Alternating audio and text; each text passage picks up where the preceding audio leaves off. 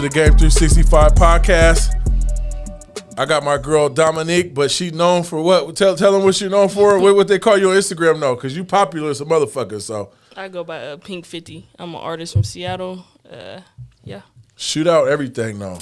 Is that your Facebook too, or you only want to fuck with your Instagram? I don't really be fucking with Facebook like that, but my Instagram's _Pink50_. Same thing for damn near all the platforms, _Pink50_. So when we saying Pink 50, we talking about 50s and 100s. Yeah. Talk to me. Sure. So where you from, though? Like, because the world probably want to know. I'm from Seattle. I was raised in Skyway. So right through there between Renton kind of and the South End right there. That's what's up. So, yeah. Shout out Renton, shout out the South End and shit. We putting on. You know what I'm saying? That's a beautiful thing. The culture, you know what I'm saying? Just growing up.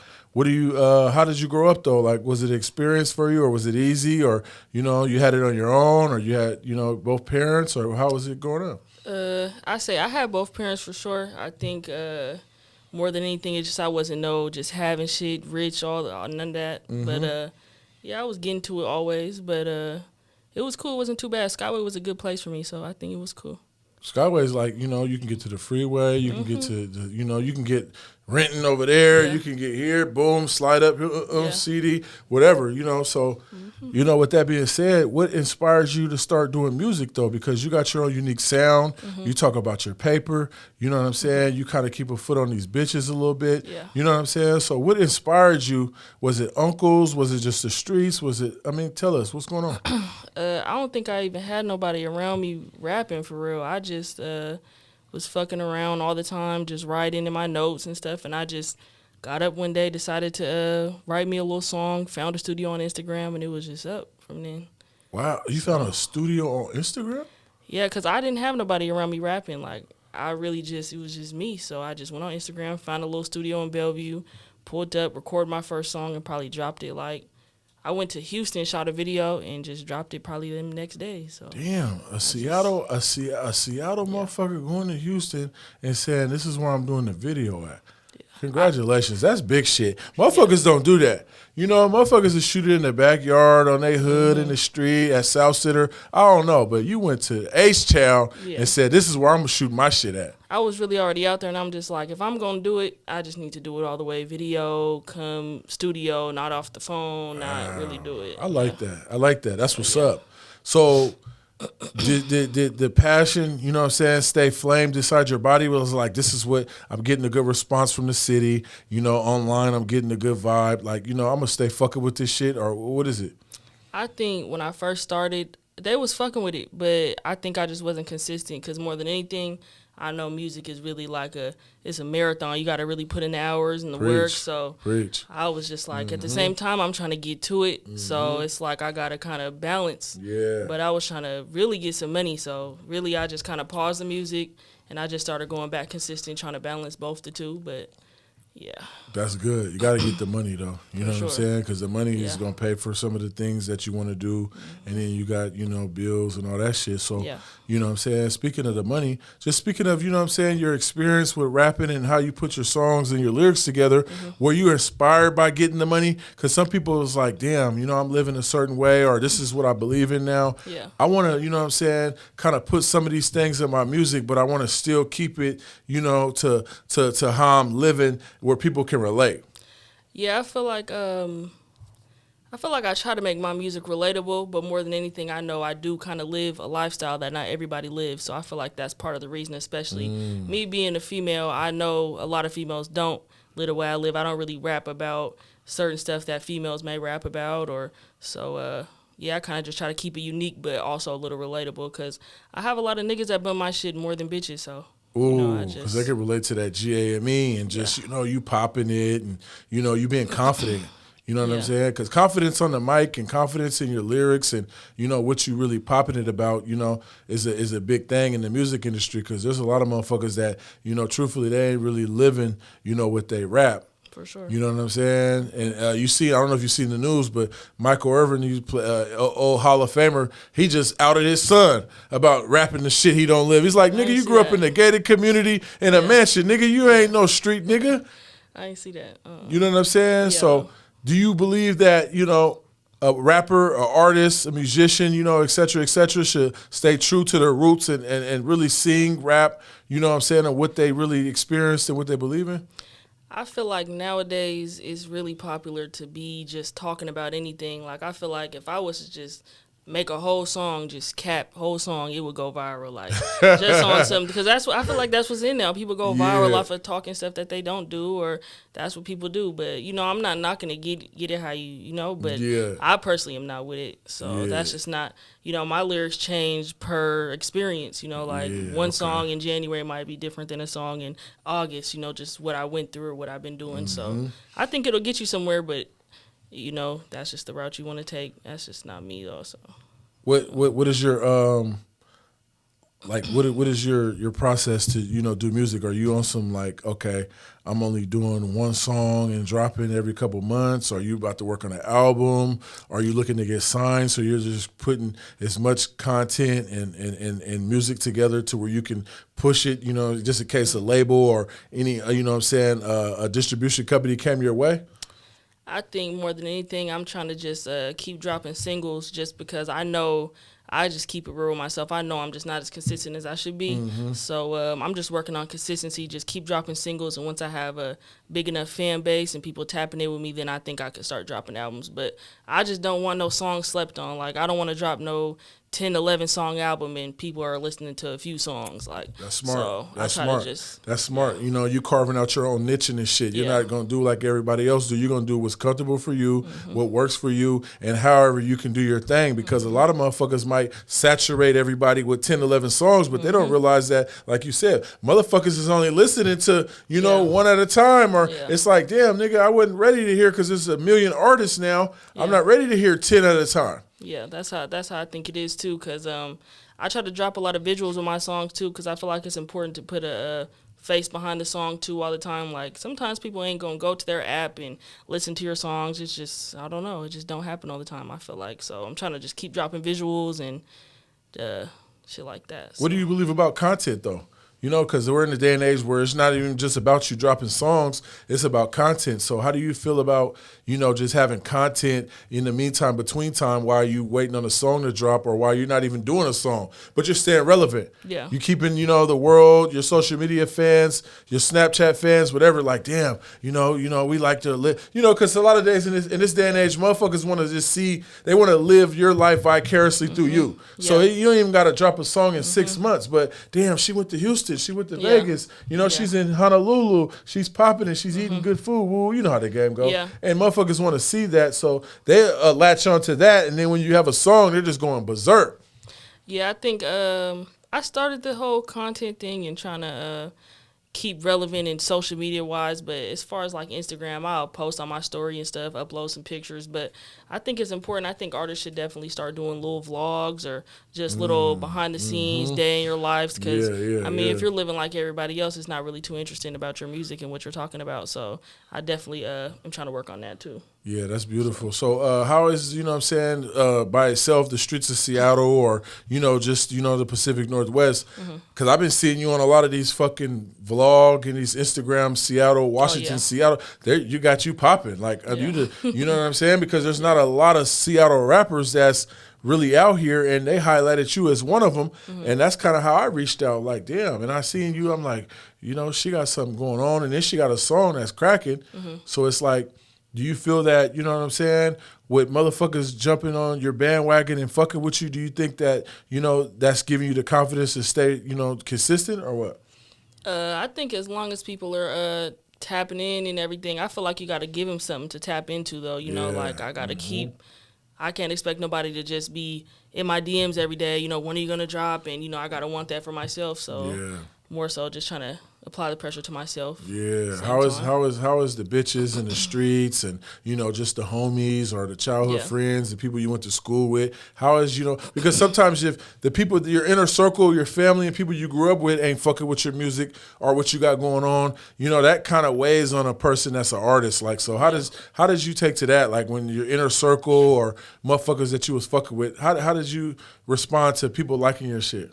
I feel like as far as like the close friends and the family and shit like that, I think they fuck with it. They support what I got going on. I don't really have just a big ass circle or nothing, just a few people. So they fuck with it. They keep it real too. If something's good, something's not. So that's cool. And I feel like as far as the bitches, I feel like Seattle is small. So if you're making music or you're doing something jumping, you're gonna have those regardless. So yeah, that's guarantee. that's just what it is. So Talk to me. Talk to me. But yeah, I feel like everyone's been fucking with it though. I really ain't had no negative. There's always people trolling or saying this. Everybody ain't gonna like your shit though. So yeah. it's just all about growth. As long as I stay consistent, it should get better. So Haters gonna hate regardless. They Yeah. can't help it. It's a disease. sure. You know, it don't matter if you went fucking viral and your shit's top 5 on the fucking Billboard charts. Motherfucker gonna say, well, her outfit, I didn't like her outfit. They're gonna say something. They You gonna know what I'm say saying? something. So, you know, that's the beautiful thing. Do you think the culture in Seattle, the hip-hop scene, you know, do you think it's for the taking? What do you feel about our scene? Because we got a lot of young niggas and females doing their thing. They're doing shows. What do you feel is the next generation of this music in the town, though?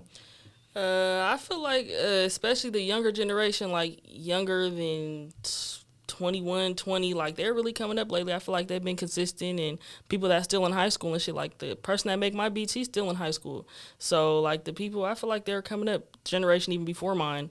So yeah, I think the consistency's there. I feel like too, it's a good to see, especially since I'm a female. I feel like there's a lot of female artists. I've had people DM me say like, you know, they want to make music, but they don't know where to start, or we should collab, and they're just a younger female artist trying to get to That's it. So inspiration. Yeah. That's a beautiful thing, though, Yeah. because, you know, it takes somebody like you know what I'm saying? They say once you start the journey, they can follow your footsteps. So, you know, that just lets you know that you're doing something when people look up to you and say, excuse me, I don't even know what to do, but the fact that you're doing what you're doing is giving me inspiration to get started. Like, you know, a motherfucker might even just put 2 sentences together. That's 2 bars, or I don't know, whatever, you know? And it's like, damn, my shit came from her. You feel what I'm saying? Because she's popping. She does it, and I see what she does.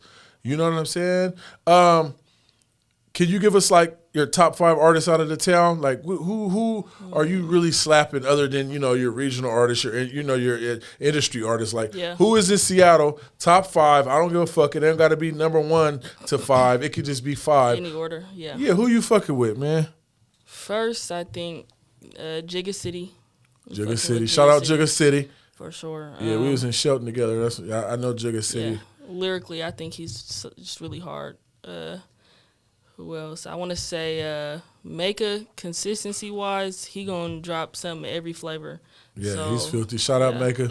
Maka, Mafi, me and him got a song or 2 that ain't released too. So Mafi. Shout out Mafi D. Mafi's Yeah, that's hard. what's up. That's what's up.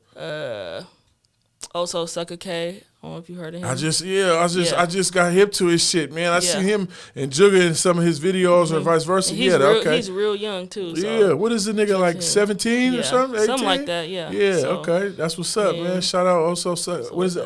How you say it? Also Sucker K. Also Sucker K. Yeah, So that's what, what's up. 4, one more, man. Let's see. I think it's between Mike Jack and then there's a Pz too. I say between them two. Yeah. Okay. I You said- said Peasy? Yeah, the Itz.Pz or something like that. Oh yeah. It's Peasy. Yeah. It's Peasy's hard. And hey, Mike Jack's hard too though, man. He's putting on for the city too. You know what I'm saying? So that was a good top 5. What's your definition of game? I ask everybody that they come on the podcast because, you know, Game 365, you know what I'm saying? It's evident that I'm going to ask something about some game. Yeah. I think more than anything, game is just, you know, knowledge and what you put out there. I feel like there's good game and there's bad game, and it's just all about, you know, being able to receive game. I feel like there could never be enough game. So why did it take a female to come in here to say good game and bad game? Because there is bad game out here. Yeah, I feel like people don't talk about that enough. You gonna have, hold on now. I need what is bad game? Because there's a lot of bad game out here in these streets that's covered up and dressed up like it's some shit. Yeah. But it ain't what it is. So, you know, and these females and these, you know, it's just watered down. So just give me 1 or 2 examples of bad game. I feel like bad game could be a lie. I feel like feel like game, the whole term is really misused sometimes. Like somebody will tell you some common sense shit and feel like it's some game because that's what they supposed to be doing or supposed to be saying. Yeah. You know, that's. But yeah, bad game too. It could be like me trying to give you some game on some shit that would intent for me, for beneficial for me or something. You know, like or You don't win in the process. It's just all about me. Yeah, on some shit like that. I feel like game is more about a team thing. You can't just be preaching to nobody. So. Yeah, ooh, okay. I feel like some shit so like you that. sure you 23? Yeah. Yeah, I like that because I done had hella episodes that ain't nobody got on here talking about bad game. Oh, you know what I mean? That's really what's going on out here. There's a lot of bad game running through these streets and shit. You know what I'm saying? What is your like flavor? What is your style? Like, what do you like? Like, you know, what is something that, you know, just keeps you thriving and surviving out here? Like, what are you passionate about? I think more than anything, I feel like I just be motivated off how shit could be or how you could really be living. I feel like nowadays it's really not hard to touch a bigger bag than usual or to, you know, like social media is a big thing now. You can go viral and sign the deal tomorrow or something. You know, you just never know. So I feel like it's so easy that if you aren't doing it, it's because you're not really putting in the work. So I feel like it's just motivation of myself, just trying to put myself more out there, be more consistent. Ooh, what you think about lazy motherfuckers? Like, and I ain't just gonna put it on women or men. Like, what do you think about just the whole concept of being lazy? Because there's a lot of motherfuckers out here that think money grow on trees, the shit fall out the sky, and I don't think people understand the concept of really staying 10 toes down and going to get it. Like, what do you believe in that?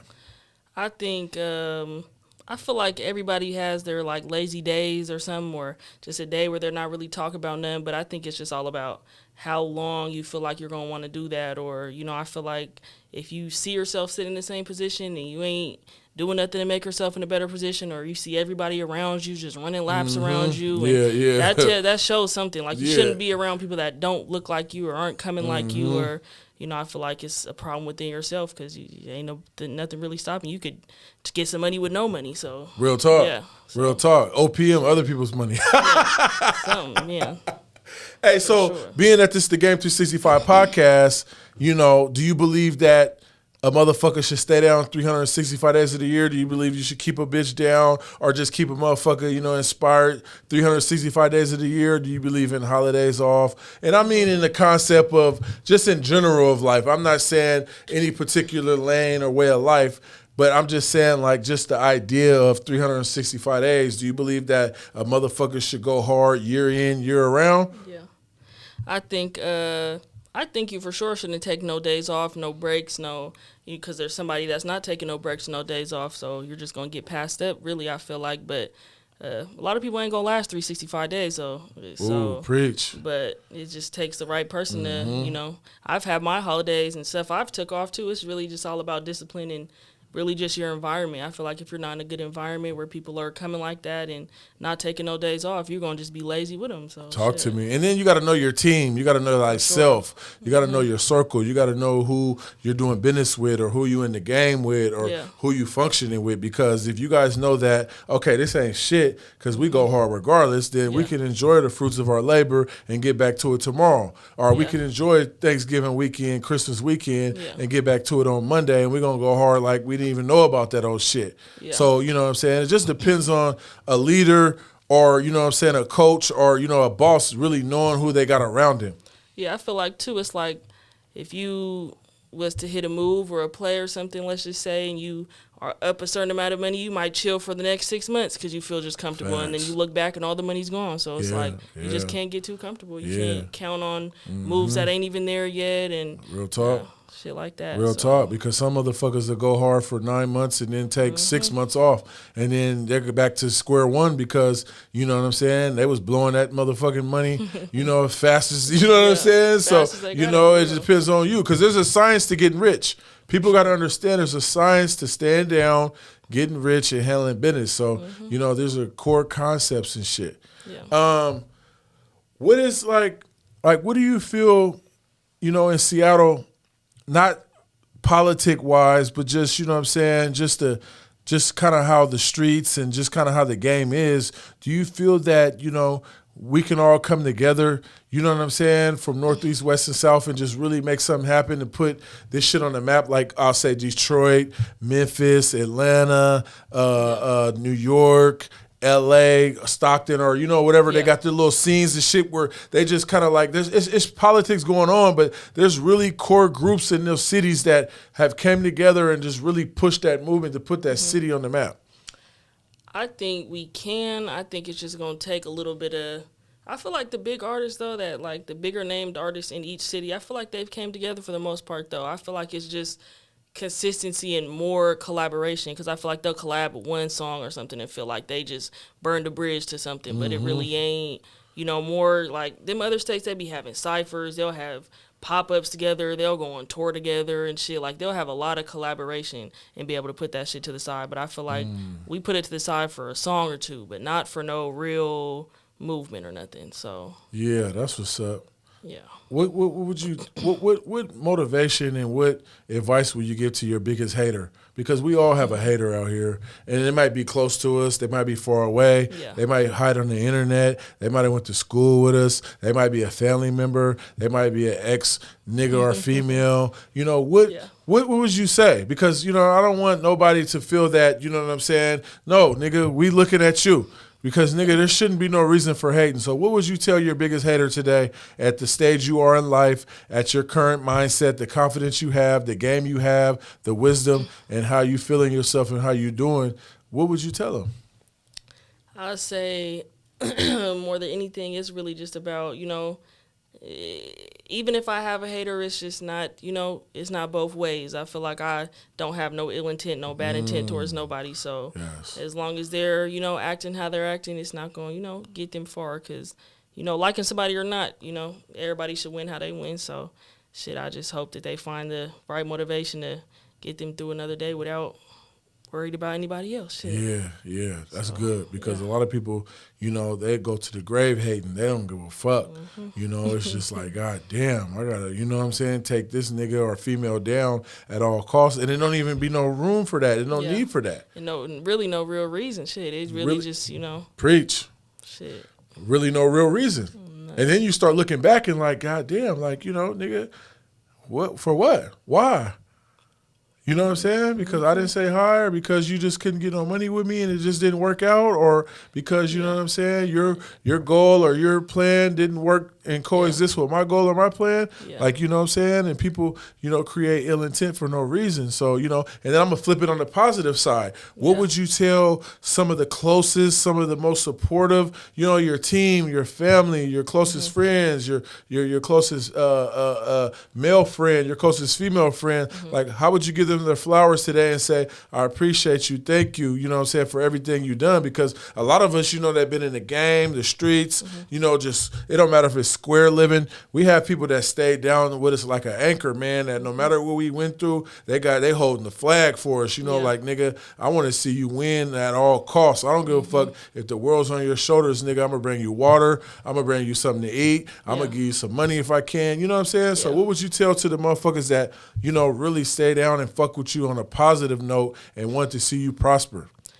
I would say more than anything, it's gonna be a journey, but shit, we gonna get there. It's gonna come, and everybody that's there, hopefully they still there when it comes. And for the most part, everybody that's here damn near done been here from the start. So shit, they haven't went nowhere. So hopefully we all win.